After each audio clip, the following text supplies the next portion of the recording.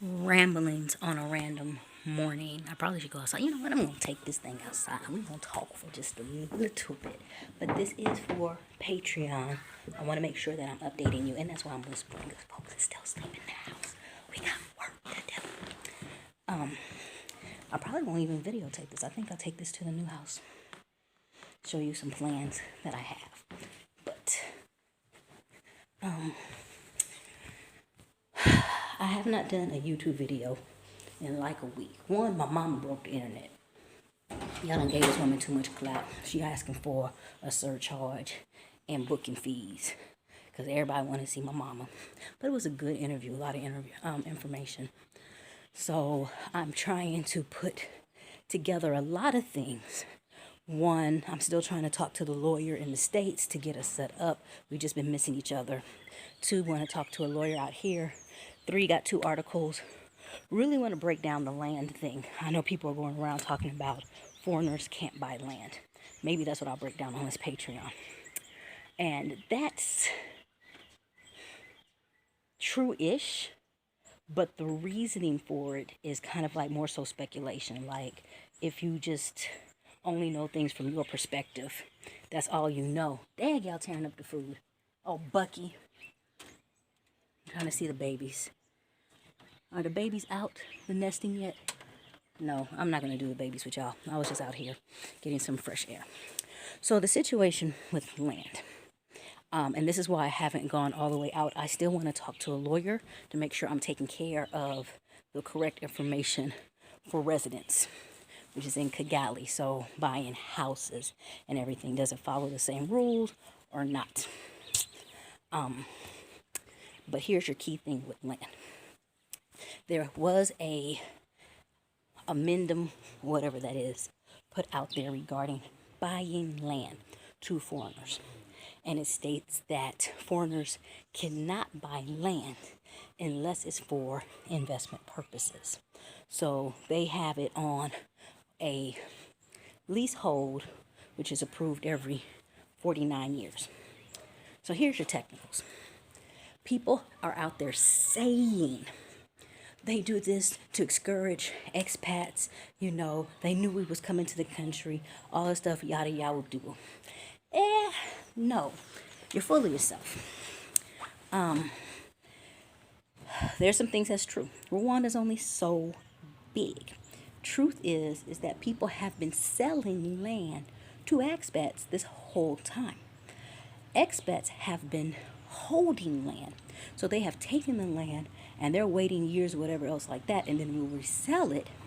And what's happening is that land is not being owned by Rwandans and it's not being used. Now, when your government, Rwanda government, is working hard to eradicate, good word, the poverty and unemployment, when people buy or purchase into Rwanda and don't create something that creates employment, hence investment opportunity, that doesn't create business, that doesn't create that, how does Rwanda grow and get better? So they don't. So the very first piece is we're going to stop people from buying our land and we not benefiting from that whatsoever. So this was a big issue in Dubai. Not the land buying, but I'm in private schools. A lot of private schools in Dubai were being set up and owned by Indians, or different things. What would happen is they would charge these private school prices, and kids, your Emirati students, would pay these astronomical fees or whatever to go to school to be educated, just so the person who's receiving the money will turn around and send that money back to India and not put it back into the economy of the country that they're getting the benefit from. You really have to watch that as a government. You have to know where your money's going or outgoing. So while we see all these Chinese out here and stuff, the question is, yeah, they have businesses and they're creating jobs and all that stuff. But are they creating something that's actually benefiting to the economy, or are they taking that money and sending it back home and building those things? Because you do need 2,000 in a sense of it creates jobs, but they're not necessarily investing in the people. And so things like that are being paid attention to. So that's one part of the law with the whole land of it being approved every 49 years for investment sakes, because it's making people get off their assets and move, do things, build up this country. The other piece of it is locals own land, like that is Rwandans, they own land. When Rwandans sell land, it's not always an investment for them. For example, I can tell you now that the first piece of land that I bought with a group of people. We were able to get that land because the woman's husband passed away and she needed funeral costs. So we were able to negotiate it down because she needed money immediately.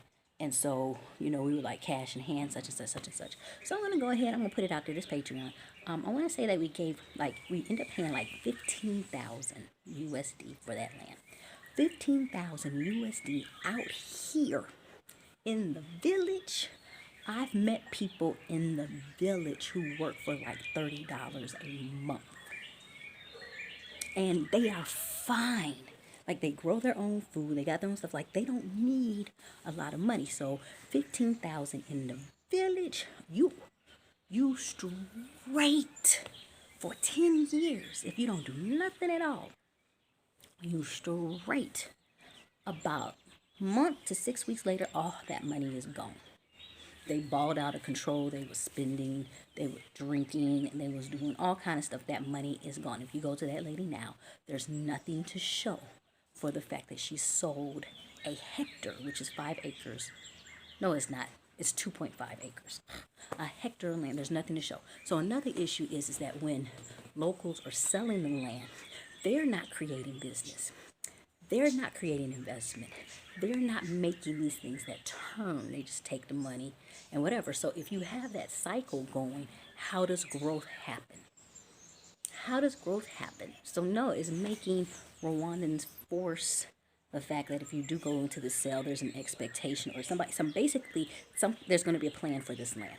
There's a plan for this land. It's not just people coming and doing willy-nilly. There's a plan for this land. So that's really where the land new law comes from. And so while we're going to, write that down and try to explain it, I don't put all that stuff. Like, you don't put them personal business on the piece of paper. You just give the facts. But I want to make sure, what does that look like for Kigali or like houses, which I don't think it is, because I don't think you have to have an investment property in order to be a house. Like, that's shady. Don't think that's right. Like, what does your paperwork look like? But I want to make sure I check with a lawyer at least and ask those questions. Probably could call this lawyer I met. I like her.